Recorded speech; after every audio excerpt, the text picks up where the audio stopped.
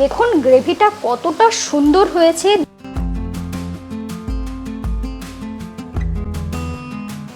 দেখুন কতটা নরম সুন্দর হয়েছে, আর ভিতরটা দেখুন, দেখলে কিন্তু খেতে ইচ্ছা করবেই। পেঁয়াজ রসুন ছাড়া সম্পূর্ণ নিরামিষ রান্না করে যদি সকলকে তাক লাগিয়ে দিতে চান, তাহলে আমার আজকের রেসিপি কাজুলি কারি আপনার জন্য একেবারে পারফেক্ট।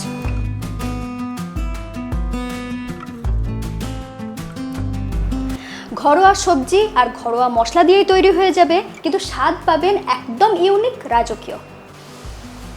বাইরে এরকম সুন্দর কোটিং আর ভিতরে এত সুন্দর পুর এরকম যদি পাওয়া যায়,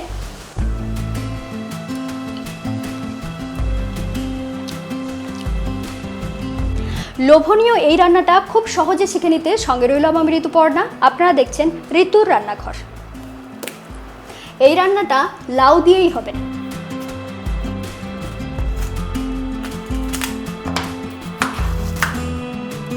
এরপরে খোসা আমি ছাড়িয়ে নিচ্ছি। এখানে কিন্তু পুরো লাউটা আমি ব্যবহার করছি না, আপনার প্রয়োজন অনুযায়ী লাউয়ের পরিমাণটা আপনি কম বেশি করে নিতে পারেন। আমি এখানে মোটামুটি 500 গ্রামের মতন ব্যবহার করছি। আমি এইভাবে টুকরো করে নিয়েছি। এরপরে এই লাউটাকে কুড়িয়ে নেব।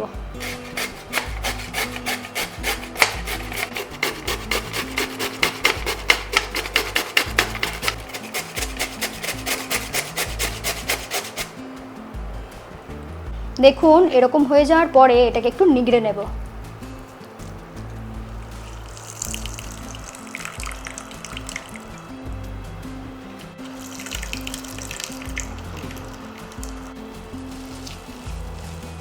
দেখুন এরকম হয়ে গেল। এই জলটা আমি ফেলে দেবো না, এটা রান্নাতে ব্যবহার করে নেব। এই গ্রেট করা লাউয়ের সাথে মিশিয়ে দিচ্ছি স্বাদ মতো নুন, দিচ্ছি সামান্য একটু চিনি, হাফ চা চামচ আদা বাটা। ঝালের জন্য আমি এখানে ব্যবহার করছি সামান্য একটু শুকনো লঙ্কা গুঁড়ো, এর পরিবর্তে আপনারা কাঁচা লঙ্কা কুচিটাও ব্যবহার করতে পারেন। সাথে দিচ্ছি হাফ চা চামচের মতন গরম মশলা গুঁড়ো, আর বাইন্ডিংয়ের জন্য আমি এখানে ব্যবহার করছি 2 টেবিল চামচের মতন বেসন। এরপরে এটাকে মেখে নিচ্ছি।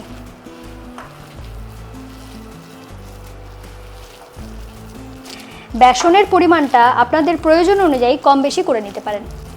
বেশ ভালো করে মেখে নিয়েছি। এরপর এটাকে এইভাবে রেখে দেব। লাউ রেডি হয়ে গিয়েছে। এরপর খুব সুন্দর একটা পুর বানিয়ে নেব, যেটা এই রান্নাটাকে ওই যে বলেছিলাম রাজকীয় স্বাদ দেবে। আমি এখানে পনির নিয়েছি 100 গ্রাম, সাথে নিয়েছি 2 টেবিল চামচ গুঁড়ো দুধ, আর নিয়েছি 1 টেবিল চামচ দুধের সর। এর পরিবর্তে আপনারা কেনা ফ্রেশ ক্রিমও ব্যবহার করতে পারেন।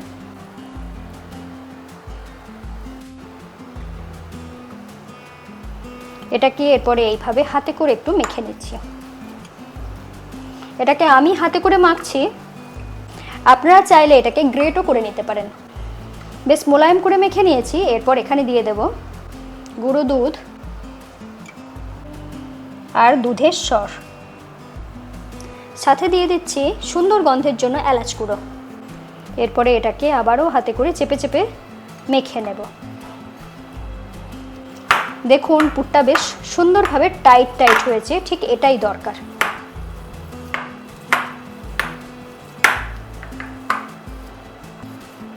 দেখুন বেশ সুন্দর মণ্ড তৈরি হয়ে গিয়েছে। এটা গোল পাকিয়ে নেব, তার আগে একটু তেল কিংবা ঘি হাত করে নেবেন।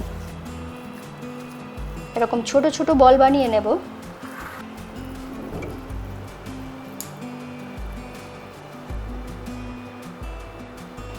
আচ্ছা বলুন তো, এরকম যদি সুন্দর পুর থাকে, তাহলে আমার তো মনে হয় নিরামিষ রান্না আমিষ রান্না কেউ টেক্কা দেওয়ার ক্ষমতা রাখবে।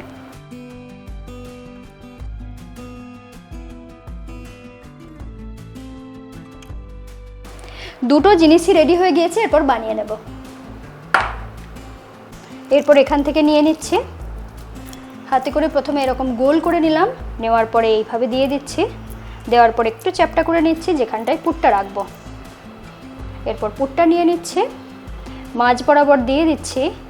দেওয়ার পরে এটাকে বন্ধ করে দেব।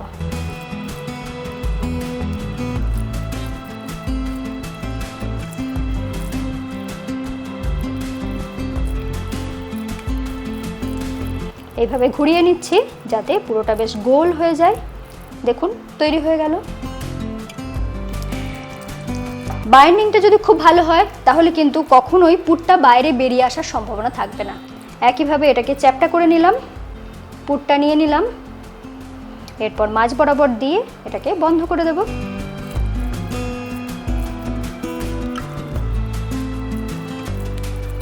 এরপরে এইভাবে ঘুরিয়ে নিলেই তৈরি। আপনারা চাইলে পুরের মধ্যে কাজু কিশমিশও ব্যবহার করতে পারেন।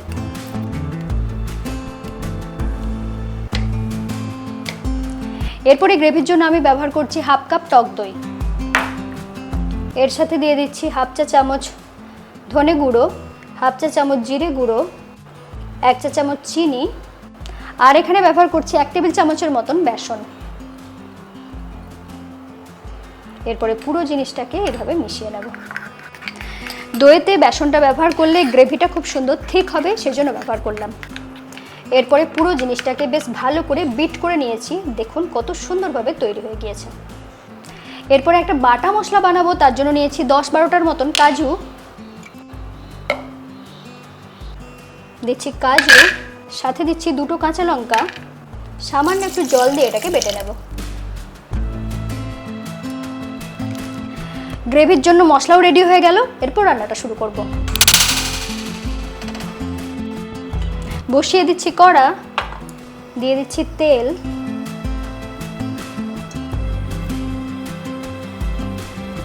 তেল যখন মিডিয়াম গরম হয়ে গিয়েছে ঠিক সেই সময় এগুলো দিয়ে দেব। দেওয়ার আগে এইভাবে একটু গোল করে নিচ্ছি, এরপর ছেড়ে দিচ্ছি।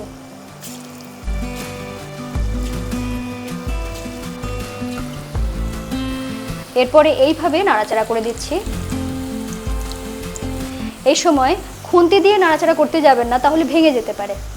এইভাবে হালকা হাতে নাড়াচাড়া করে দিচ্ছি। দেখুন তেলটা খুব সুন্দরভাবে চারদিকে লেগে যাচ্ছে। এরপর এটাকে আমি চামচ দিয়ে উল্টাচ্ছি, তাহলে কিন্তু খুব সহজে উল্টানো যাবে।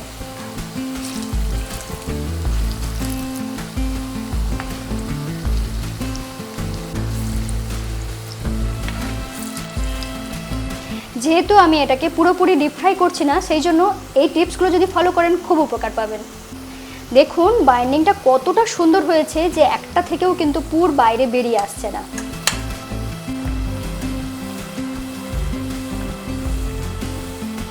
দেখুন বেশ লাল লাল করে ভেজে নিয়েছি, এরপর তুলে নেব।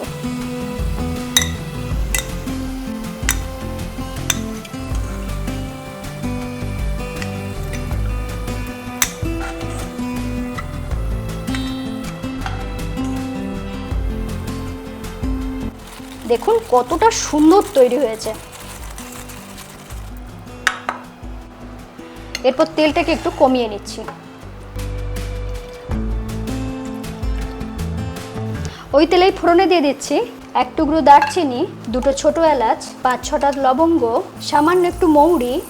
এগুলো যখন ফাটতে শুরু করেছে ঠিক সেই সময় দিয়ে দিচ্ছি স্বাদ মতো নুন, আর দিয়ে দিচ্ছি 1 টেবিল চামচ আদা বাটা। এটাকেও একটু নাড়াচাড়া করে নিচ্ছি। 20 থেকে 30 সেকেন্ডের মতন এটাকে ভেজে নিয়েছি। কাঁচা গন্ধ চলে গিয়ে সুন্দর গন্ধ বেরিয়ে গিয়েছে। এরপর এখানে দিয়ে দেব টক দইয়ের মিশ্রণ। এরপরে গ্যাসটাকে লো ফ্লেমে রেখে এটাকে কষিয়ে নিতে হবে। স্টেপ বাই স্টেপ এইভাবে যদি রান্নাটাকে ফলো করেন তাহলে কিন্তু রান্নার টেস্ট অনেক ভালো হবে। 2 থেকে 2.5 মিনিট এইভাবে লো ফ্লেমে কষিয়ে নিয়েছি। দেখুন কত সুন্দরভাবে তেলটা রিলিজ হয়ে গিয়েছে। ঠিক এই পর্যন্ত কষানো হয়ে গেলেই এখানে দিয়ে দেব কাজু বাটা।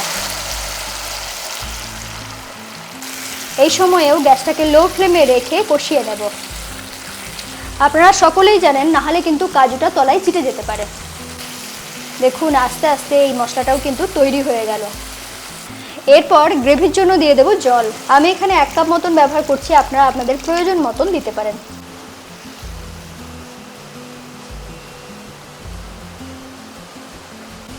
গ্রেভি দেখুন বেশ ভালো করে ফুটে গিয়েছে।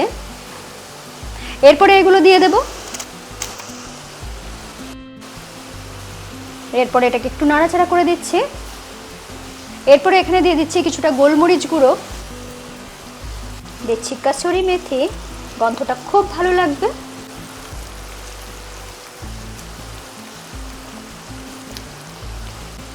এই সময়ে কিন্তু রান্নাটা হবে একদম লো ফ্লেমে। একটু নাড়াচাড়া করে নেওয়ার পরে এখানে দিয়ে দিচ্ছি কয়েকটা কাঁচা পাকা লঙ্কা। একটু নাড়াচাড়া করে নিচ্ছি। এরপর ঢেকে এটাকে কিছুক্ষণের জন্য রান্না করব, যাতে ভিতর পর্যন্ত রসটা পৌঁছে যায়। 3 মিনিট এটাকে ফুটিয়ে নিয়েছি, এরপর খুলে দেখাচ্ছি। দেখুন কত লোভনীয় হয়েছে। কেমন লাগলো রেসিপিটা অবশ্যই লিখে জানাবেন। ভিডিওটা ভালো লাগলে অবশ্যই লাইক করবেন, আর এরকমই ইউনিক রেসিপি পেতে আজই ঋতুর রান্নাঘরকে সাবস্ক্রাইব করে নিন। সকলে খুব ভালো থাকুন, আবার দেখা হচ্ছে এরকমই নতুন রেসিপির সাথে।